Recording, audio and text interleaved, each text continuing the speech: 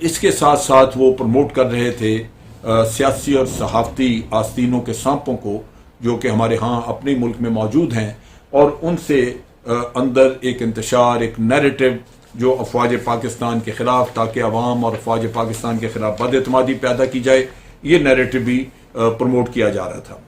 اس طرح پاکستان کو اندرونی طور پہ کمزور کیے جانے کی کوشش تھی۔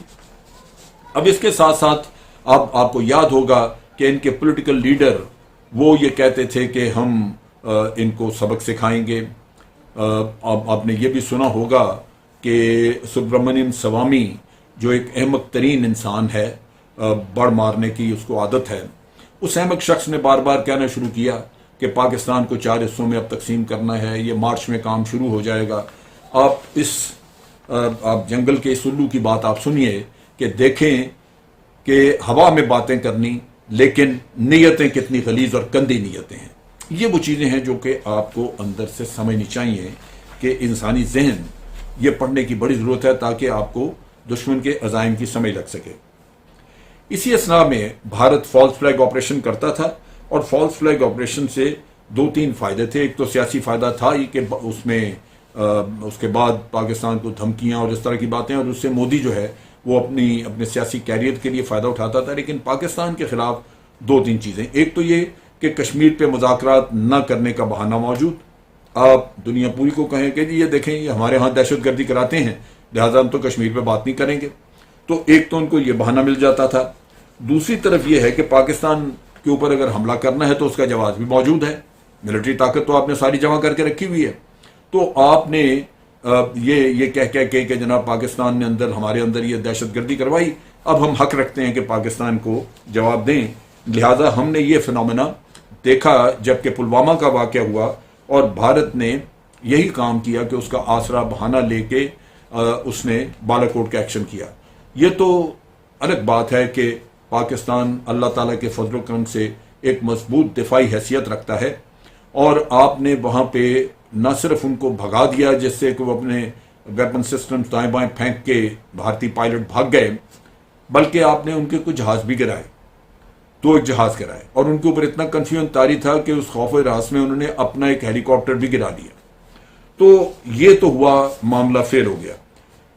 ابھی یہ ہے کہ اسی میں آپ نے دیکھا کہ ابھی اس کے باوجود دھمکیوں کا سلسلہ نہیں رکا، لیکن وہ یہ تھا کہ اندر سے ایک ناکامی کا احساس، چنانچہ بھارت نے بڑی جلدی پوری انٹرنیشنل مارکیٹ سے اربوں ڈالر کے ہتھیار خریدنے شروع کر دیے، اور کہا کہ جناب اب رافیل طیارے بڑے ضروری ہیں، وہ جلدی لے لیے جائیں، اور پاکستان کو دھمکیوں کا سلسلہ جاری رہا، یہاں تک کہ آپ نے دیکھا کہ آرٹیکل 370 کو بڑی بے دردی سے اور بڑے دندناتے ہوئے بھارت نے اس کو ختم کیا، اور ختم کرنے کے بعد آرٹیکل 335A جو ختم کیا اس کے تحت آبادی کا تناسب بدلنے کا کام شروع کر دیا، اور ساتھ ہی پاکستان کو یہ دھمکی دینی شروع کر دی کہ اب آپ تیار رہیں، ہمارا تھوڑا سا کام رہ گیا، وہ آزاد کشمیر پہ قبضہ کرنا ہے، اب وہ قبضہ کیا جائے گا۔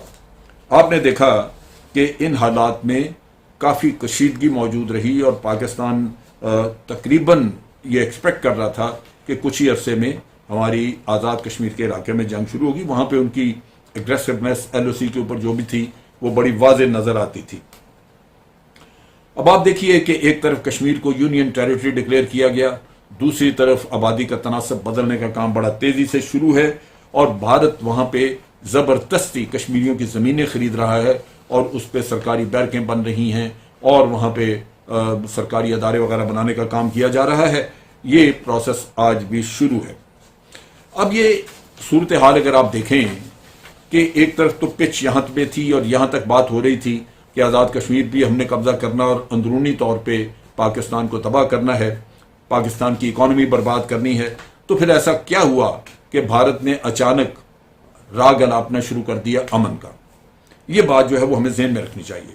پہلی بات یہ کہ بھارت جو ہمارے اوپر حملہ کرنے کا جواز ڈھونڈنا چاہتا تھا، وہ اس حکومت نے بڑا ایفیکٹولی ان کے فالس فلیگ آپریشنز سے نقاب اٹھا دیا، اور پوری دنیا کو یہ بتا دیا کہ یہ فالس فلیگ آپریشن کرتے ہیں یہ جواز ڈھونڈنے کے لیے کہ پاکستان کے اوپر کوئی حملہ کیا جائے، اور وہ فالس فلیگ آپریشن کی پاکستان اب بر وقت وارننگ دے دیتا تھا دنیا کو کہ یہ اب کرنے والے ہیں۔ اسی طرح آپ نے دیکھا کہ دہشت گردی کے اوپر پاکستان نے بہت حد تک کنٹرول کر لیا. انٹیلیجنس آپ کی بڑی افیکٹو ہو گئی. بہت سارے لوگ، بہت سارے ایسے شرپسند اور دہشت گرد جو کسی نہ کسی وقت پہ کوئی واردات کرتے یا کر کے چھپے ہوئے تھے، وہ پکڑے جاتے رہے. اور نتیجہ یہ کہ آج پاکستان کے چند ایک جو ہمارے بالکل بارڈر کے قریب، افغان بارڈر کے قریب جو علاقے ہیں، ان میں کبھی کبھار کو واقعہ ہو جاتا ہے. باقی اللہ کے فضل سے پورے پاکستان میں دہشت گردی کے نیٹ ورک جو ہیں وہ ختم کر دیے گئے ہیں. اب چیز یہ ہے کہ جو ہمارے آستینوں کے سانپ تھے وہ آج بھی موجود ہیں، لیکن وہ اتنے افیکٹو نہیں رہے، کیونکہ جو نیٹ ورک جس کے ذریعے یہ سارا انتشار ملک میں پھیلایا جاتا ہے وہ بڑی حد تک نیوٹرلائز ہو چکا ہے.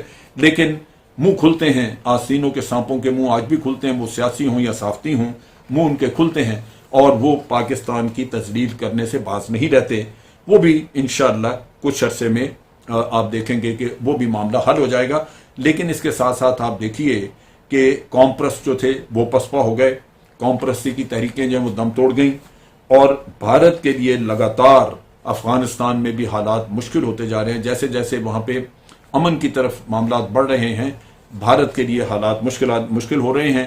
اور بھارت یہ سمجھتا ہے، اس کے لوگ یہ سمجھتے ہیں کہ یہ ان کے لیے بڑا مشکل ہوگا کہ افغانستان سے وہ اتنے ہی شدت کے ساتھ پاکستان کے خلاف کارروائیاں کرتے رہیں جو انہوں نے پچھلے کئی سالوں میں کی ہیں. لیکن ان سب وجوہات کے ساتھ ساتھ یہ تو ان کی ایک جو اسٹریٹجی تھی وہ مکمل طور پہ پاکستان میں مکمل نہیں تو کم از کم 90% وہ ناکام ہو چکی ہے. لہٰذا وہ اندر جو جوش تھا کہ ہم پاکستان کو یہ کر دیں وہ کر دیں، وہ دم توڑتا ہوا نظر آ رہا ہے. اس کے ساتھ ساتھ جو سب سے امپورٹنٹ ان دنوں میں واقعہ ہوا وہ یہ تھا کہ جیسے ہی انہوں نے کشمیر کو یونین ٹیریٹری وغیرہ ڈکلیئر کیا تو چائنا جاگا اور چائنا نے لداخ میں ایکشن کیا. لداخ میں جو ایکشن ہوا اس کا ان کے پاس توڑ کوئی نہیں، اور یہ وہاں پہ بالکل آپ کہہ لیجئے کہ خوش آمدانہ سا رویہ اختیار کر کے چائنا کے سامنے ہاتھ باندھ کے کھڑے ہیں اور ان کو بار بار یاد دہانی کراتے ہیں کہ جناب یہ جو مسٹر شی جی پنگ، یہ ذرا مہربانی کر کے نوٹ کریں، جنگ مسئلے کا حل نہیں ہے. ادھر یہ نعرہ لگانا کہ جنگ وہ ختم ہو چکا ہے. چنانچہ اسی کی وجہ سے انہوں نے اپنی جو اسٹریٹجی تھی اس میں ریسنٹلی جو تبدیلی کی ہے وہ ہے بنیادی طور پہ ٹو فرنٹ وار سے بچنے کے لیے. اور یہی وہ چیز ہے جس کو وہ ذہن میں رکھتے ہوئے پاکستان کی طرف ایک امن کا ہاتھ بڑھانے کی کوشش کر رہے ہیں یا کیا انہوں نے. اس میں اب یہ ہوا ہے کہ آدھی یا اس سے زیادہ فوج جو ہے ان کو چائنا کے سامنے رکھنی پڑ گئی. ایک وقت میں پاکستان کے خلاف اسٹرائک کورس ڈپلائڈ ہوتی تھی، اب ان میں سے 2 اسٹرائک کورس جو ہیں وہ چائنا کے اگینسٹ لے گئے ہیں. اسی طرح جو بے شمار بیٹل گروپ صدر رکھے ہوئے تھے وہاں پہ بیٹل گروپ پر موبلٹی کا نیا انتظام وہاں پہ ان کے لیے کیا ہے اور چائنا کے سامنے لے گئے ہیں. اگر یہ چائنا کے سامنے کچھ کرنے کی ہمت رکھتے تو جس زمانے میں سدرن پیانگانگ میں انہوں نے ہائٹس کے اوپر قبضہ کیا تھا، بلیک ٹاپ وغیرہ جو بڑی وہاں پہ بہت ہی ڈومینیٹنگ پوزیشنز تھیں اور ان سے یہ بہت کچھ کر سکتے تھے، چائنیز ان کے سامنے نیچے پڑے ہوئے تھے، تو ان میں ہمت ہوتی تو کچھ کرتے. لیکن یہ جنگ مول نہیں لینا چاہتے تھے، لہذا چائنیز نے دھمکی شمکی دی اور ادھر یہ علاقے انہوں نے خالی کر دیے. تو نتیجہ یہ کہ اب وہاں پہ ایک ڈیفینسو موڈ میں جو اب اسٹریٹجی ہے وہ اس کا جو ذکر باہر میڈیا میں آیا ہے وہ یہ ہے کہ چائنا کے سامنے ہم نے ایک ڈیٹرنٹ رکھا ہے، ایک پوسچر ایسا رکھا ہے جہاں پہ ڈیٹرنس موجود ہے تاکہ چائنا ہمیں کچھ نہ کہے. اور پاکستان کے سامنے ہم نے پیونیٹیو ڈیٹرنس رکھا ہے کہ پاکستان بھی ہمیں کچھ نہ کہے، لیکن اگر پاکستان کچھ کہے تو ہم پاکستان کو ایک پیونیٹیو ایکشن کریں گے پاکستان کے خلاف. یہ وہ اسٹریٹجی ہے. یعنی دوسرے لفظوں میں وہ جو گرج چمک تھی وہ ختم، اور اب آپ ایک مکمل طور پہ ڈیفینسو اسٹریٹجی کی طرف آ گئے ہیں، دفاعی اسٹریٹجی کی طرف. اب یہ ہے جو ٹو فرنٹ وار سے بچنے کا ایک رستہ، اور آپ اپنی پوری سوچ یا اپنی افواج کا ایک بیشتر حصہ چائنا کے سامنے لے گئے ہیں تاکہ وہاں پہ مزید نقصانات سے بچا جا سکے. اب چیز یہ ہے کہ یہ جو پاکستان کے ساتھ جو امن کی بات چیت جو انہوں نے انٹرویو میں بھی اپنے بات کی نروانے صاحب نے، کیا ہمیں ان باتوں پہ یقین کرنا چاہیے؟ کیا ہمیں اتنا تلخ ماضی بھلا کر امن کی طرف فوراً بڑھنا چاہیے یا امن کی تسبیح پڑھنی چاہیے؟ کیا ہمیں امن اور جنگ کی پالیسی صرف بھارت کی خواہشات کے تابع ہو کر بنانی چاہیے کہ بھارت کہہ دے آج امن تو آپ سارے امن کی طرف چل پڑیں، بھارت کہہ دے جنگ تو پھر آپ بیٹھ کے جنگ کا رونا روتے رہیں؟ کیا ہمیں کشمیر کے مظلوم عوام کی قربانیوں کو بھلا دینا چاہیے؟ بھارت تو امن کی بات کرے لیکن کشمیر کا مسئلہ حل کرنے کی بات نہ کرے۔ کشمیر میں خاموشی سے آبادی کا تناسب بدلتا جائے، کشمیریوں کی زمینیں خریدتا جائے، یونین ٹیریٹری بنا کے یونین کی مشینری وہاں پہ پہنچا دے، اور آپ یہ کہیں کہ ہمیں ماضی بھلا کے آگے چلنا چاہیے، کیا یہ دانشمندانہ پالیسی ہوگی؟ اگر آج ہمیں ایک اسٹریٹجک پاز کی ضرورت ہے اکانومی یا مسائل کی وجہ سے، تو بھارت کو ہم سے زیادہ بڑے اسٹریٹجک پاز کی ضرورت ہے، کیونکہ ان کے سر پہ چائنا دندنا رہا ہے۔ تو یہ سمجھنے کی باتیں ہیں۔ کیا ہم اتنے ہی سادہ لوگ ہیں کہ ہم یہ سمجھ نہیں سکتے؟ یہ سمجھنا ضروری ہے، اور اس کے سمجھنے کے لیے کوئی بہت بڑا علم نہیں چاہیے۔ ہمارے بزرگوں نے یہ پہلے کہا تھا اور آج دن تک وہ کہاوت زندہ ہے، اور انہی لوگوں کے لیے کہا تھا، ہمارے لیے نہیں کہا تھا، وہ انہی لوگوں کے لیے کہا تھا، اور وہ تھا بغل میں چھری منہ میں رام رام۔ آج کے لیے اتنا ہی۔ افواج پاکستان زندہ باد، پاکستان پائندہ باد۔